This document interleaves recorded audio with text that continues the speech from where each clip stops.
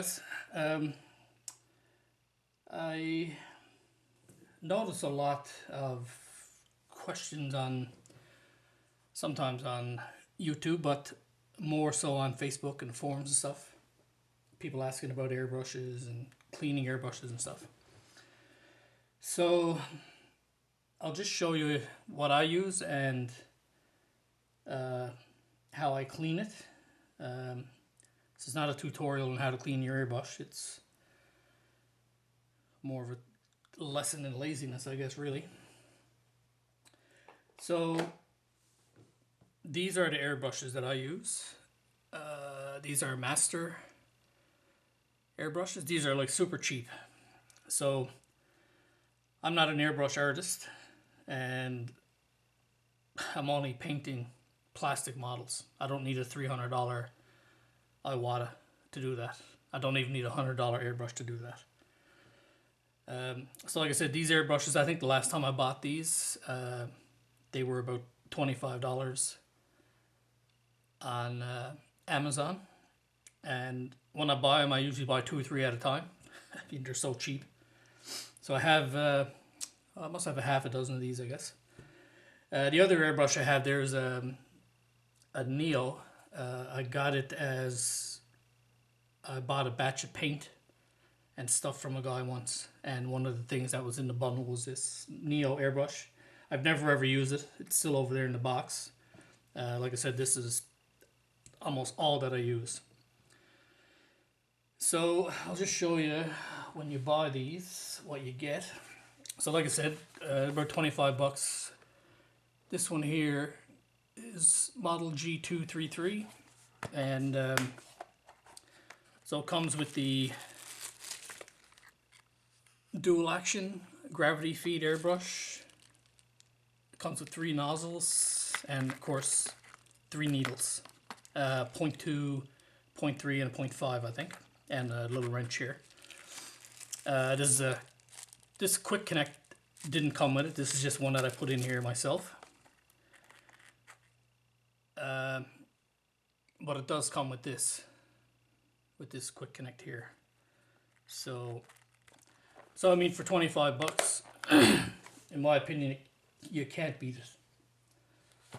So as far as cleaning goes, this is where the really lazy part comes in that I rarely strip down my airbrush to clean it. And you can see by this one, I use this one for lacquer paints mostly now. And you can see, I mean, it's full of paint on the outside, but even the bowl in this one is quite dirty. Like I said, I only use that one for enamels and lacquer paints and stuff now, so I rarely ever use it. This is mostly the one I use now. I use it for acrylics. So you can see the bowl is pretty clean in this one because, again, this is the one I'm currently using now. So when I go to clean it, basically all I do when I finish spraying, I'll dump out any paint that's left in the cup.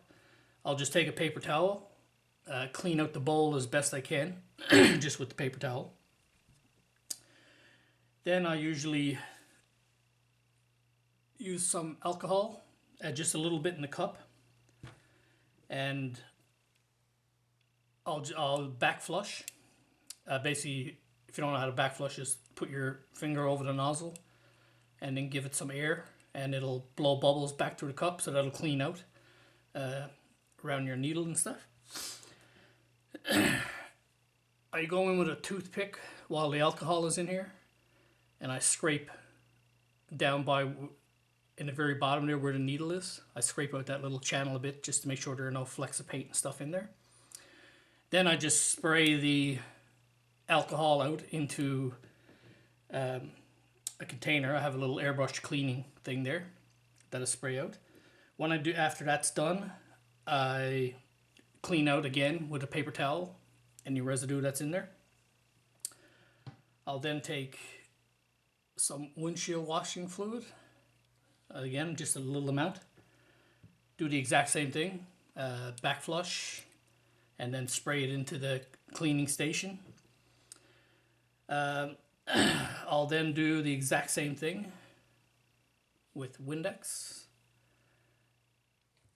Again, just a little drop, back flush, spray it out, then I'll wipe it out with the paper towel again.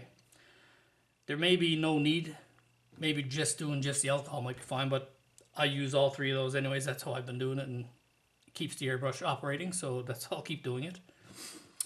Once I get those three done, I'll take the alcohol again. So because the alcohol is clear, I'll spray the alcohol in there again, another little drop, and then I'll back flush again. Then I'll look, and if the alcohol is clear, still clear after I back flushed, then I consider that the brush is clean. Then I'll just spray that bit of alcohol into the cleaning station. Might wipe it out with a paper towel again, maybe. And then I just leave it till the next time. And when I come back the next time, it's working perfectly. So if I were to use the alcohol a second time, and after I back flushed it was still a little bit cloudy, I would probably repeat the process again. And then if the alcohol came out clean the second time, then I'd stop. So that's basically all that I do.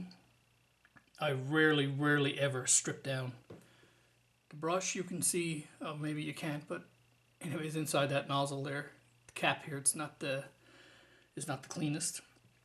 If if the odd time when I take the brush and the needle is sticking, so basically what will happen, you'll pull back the trigger, and then you can see here the trigger goes back on its own. But if the trigger just stays back and there's no resistance, you can just move the trigger back and forth with no resistance to it. That means your needle is probably stuck. And then all I do is just take the back off and pull the needle out. And usually, if it's going to stick, I find there's usually some paint along here. Draw it onto the needle here, and it's sticking in the mechanism for the trigger. So all I do is take what do you call it, like a brill pad, like what you use to clean your dishes, and I would just put the needle in that and just turn the needle a few times, back and forth, put the needle back in the brush. Works perfect. So yeah, I mean, there's nothing wrong with breaking down your brush. I know some guys, every time they use the brush, they break it apart and clean everything out. Again, as good practice, I guess, but like I said, I'm just painting plastic models. I'm not an airbrush artist, so I don't do that. And like I said, I have very little issues by cleaning it that way. So yeah, so I just wanted to, like I said, I see the question come up quite a bit. People asking about how people clean their brushes, and does the brush need to be stripped down every time? And yeah, it's just the way I do it. I don't. The way I do it is, like I said, it's a lazy way of doing it, but it works for me, and that's the way I'll continue to do it until it doesn't work. So anyways, guys, I don't know if that helped anybody or anything, but I just felt like making a video about it tonight. So okay, guys, so as always, thanks for watching. I hope you stay tuned for future videos.